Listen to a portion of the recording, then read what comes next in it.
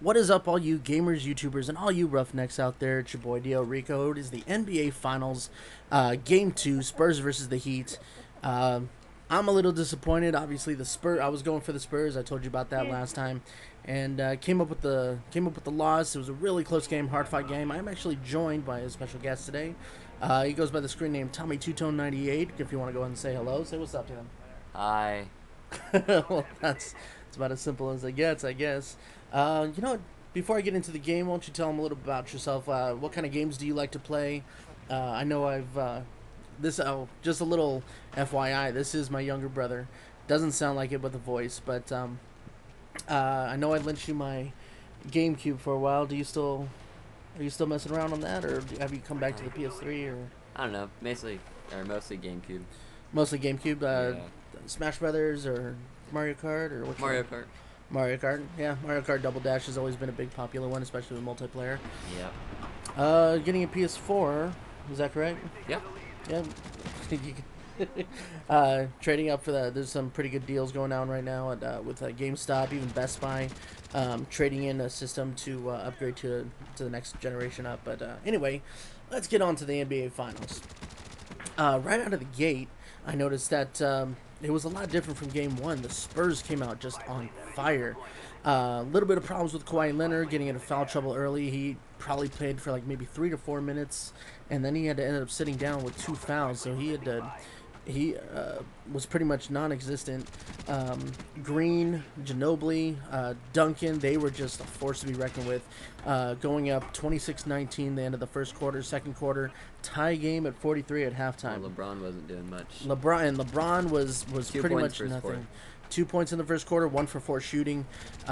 He was definitely carried off by his Not a factor. team. Not a big factor, but halftime tied up at 43.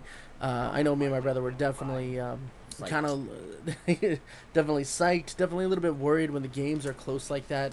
It Especially with two great teams that have such awesome defenses.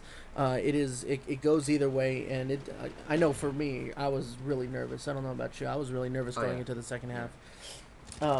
But second half, third quarter, again, everybody was just on point.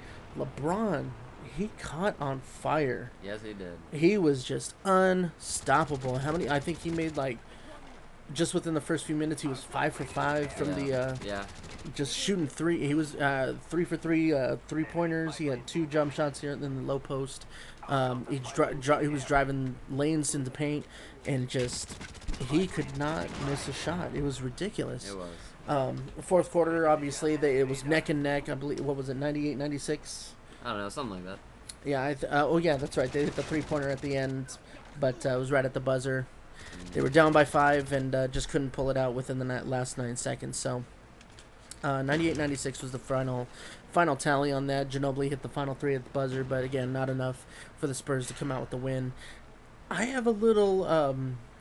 There was a little bit of a controversy. At least I felt like the refs just were not on point with this one. I know I talked about in Game 1 how they were just kind of wishy-washy. They were giving away too many fouls, but at the same time they weren't calling the right kind of fouls in Game 1. This time, Miami definitely took away the benefit out of all these fouls that were given. I don't. What do you? No, I definitely agree. Yeah, it was just a lot of calls being one way. There were a couple times. I know Ginobili got hit in the face a few times. There were a lot of times on replay where they just kind of dismissed the foul as, Duncan being stripped of the ball, when it was clear that the hands were hitting the wrists and the forearms, and people being pushed. I know. That was a good call on Mario Chalmers for the flagrant foul. Oh, yeah. I think they kept on going back and forth with that, but and the announcers are like, I think that's clean. Nah, No, you could definitely tell there was a full rotation with his arm. Yeah, it wasn't natural. The way Absolutely, he swung his full arm. rotation in his elbow, right to Tony Parker's chest, who went down. Went down for a little bit, shot his free throws, and then I think they pulled him out within the next minute because Yeah. he was still kind of winded and felt that little welt from Chalmers. Chalmers also foul trouble early, and then for whatever reason, even with 5 fouls, he just seemed to like ignite and help. Even with his like 5 points, he still helped to propel Yeah. the Heat. So Kawhi Leonard fouled out. He was aggressive from the get go, but I applaud him for that. I wanted him to do that. I mentioned that in game one. Kawhi Leonard has to start off aggressive, has to start off fast, and has to get hot right away, which today I can tell in his eyes he wanted to. I don't know if he listened to me. I don't know if he actually, that'd be weird if he actually listened to my last game one and was like, huh, this guy's got a point. I'm going to take it to the hole. But, and that's exactly what he did right out of the gate. But he got into foul trouble early. So, wasn't able to help his team much, but I think he was maybe 9 points. I think he had 9 points for the game. Let's see, Tim Duncan, man, he did great. He did amazing job. Always he just made it look so simple. He was always right spots, right times, getting rebounds, making plays, and he was just. You could tell he had like this fire in his eyes. He finished with 18 points. Parker with 21. Leonard only with 9. But again, he ended up fouling out of the game with like 6 minutes left to go. The big good though. Leonard was shooting good. Leonard was shooting good for the time that he was in there. He did. Leonard did. Threes. Yes, he did. Leonard did play 32 minutes of this game. Three for 9. Probably was mostly. Those were all threes. Yeah. 3 for 9, all threes. There it is. The big three, LeBron James finished with 35, Bosch with 18, Wade with 14. They've got to find a way to contain LeBron James. There were too many times you could see him just setting up a one-on-one against Leonard to either draw the foul. It was perfect defense, too. It really was, and Spurs were just absolutely stellar when it came to containing the ball. But and again, the Heat were playing great defense, too. Absolutely, and you got to give credit. This was a hard-fought battle. They definitely earned that win, as opposed to what we've seen in the past, where it was just. You know what? There was a couple of flops. I almost forgot about that. Dwayne Wade was being a little baby the whole time. Oh, you could say bitch. It's all good. He was being a bitch? He was being a bitch. It's all good. Dwayne Wade was being a little bitch. There was I believe, who was on him at that? Was it Dia? I know Ginobili. Ginobili got a foul. It was a ridiculous call. Ginobili, there was an inbound pass. Or no, not an inbound pass. They passed it at the court. Ginobili reached out his hand as if trying to kind of swat it away, and Dwayne Wade just leaned back and put his hand on his face like he got hit in the face. I was like, come on. They showed the replay. It wasn't even close. He wasn't even close. Not even his fan. His hand was nowhere near his body. I don't even think it grazed his hand at all, and it allowed Wade to get a couple of easy little pussy points. I'm gonna say it. I'm gonna go ahead and say it.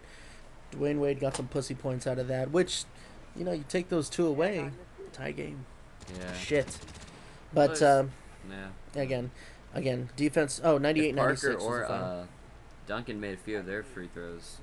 That's true. The Spurs are well known for their amazing percentages at the free throw line. Oh, yeah. I believe they were 78% for the regular season. I thought it was team. I could be wrong.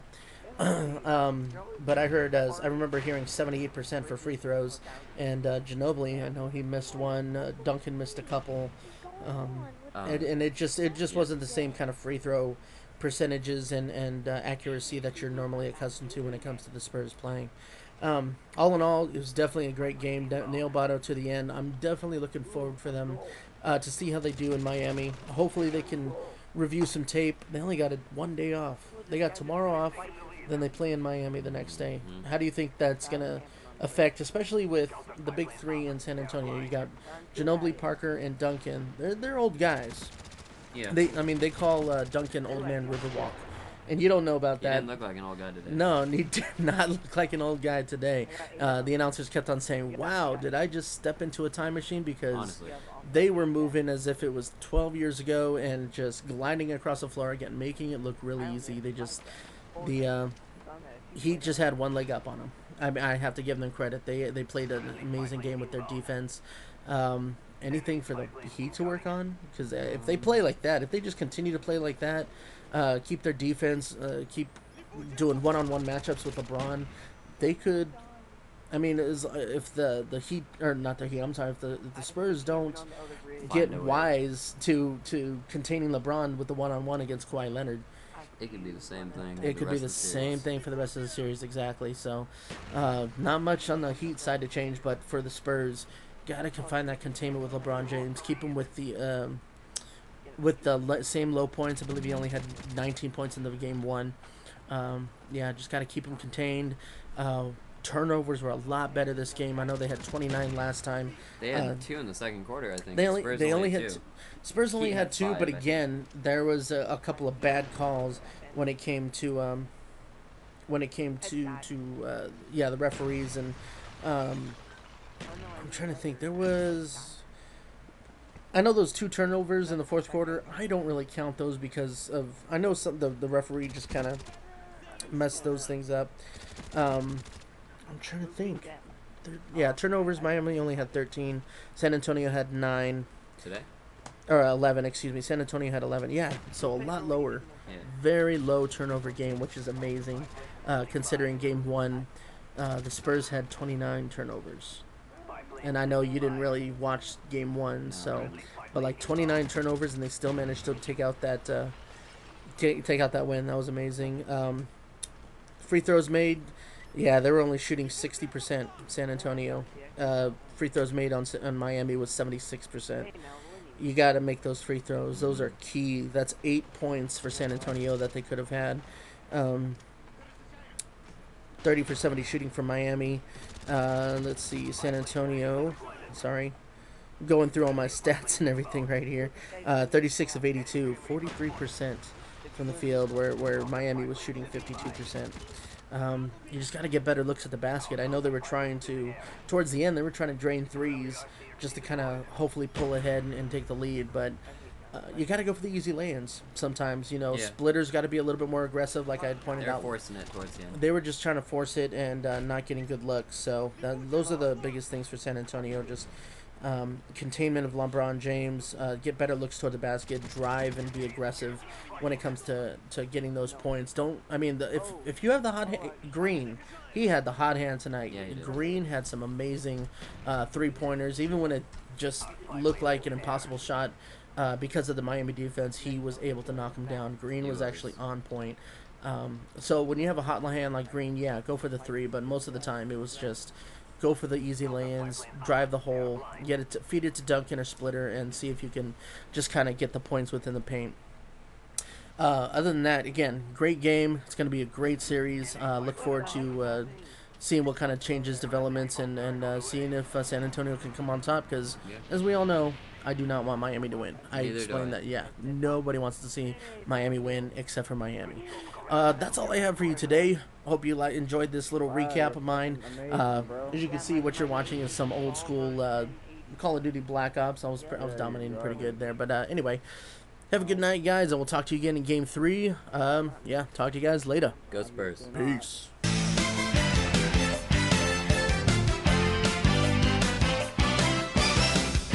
Would you like to know more?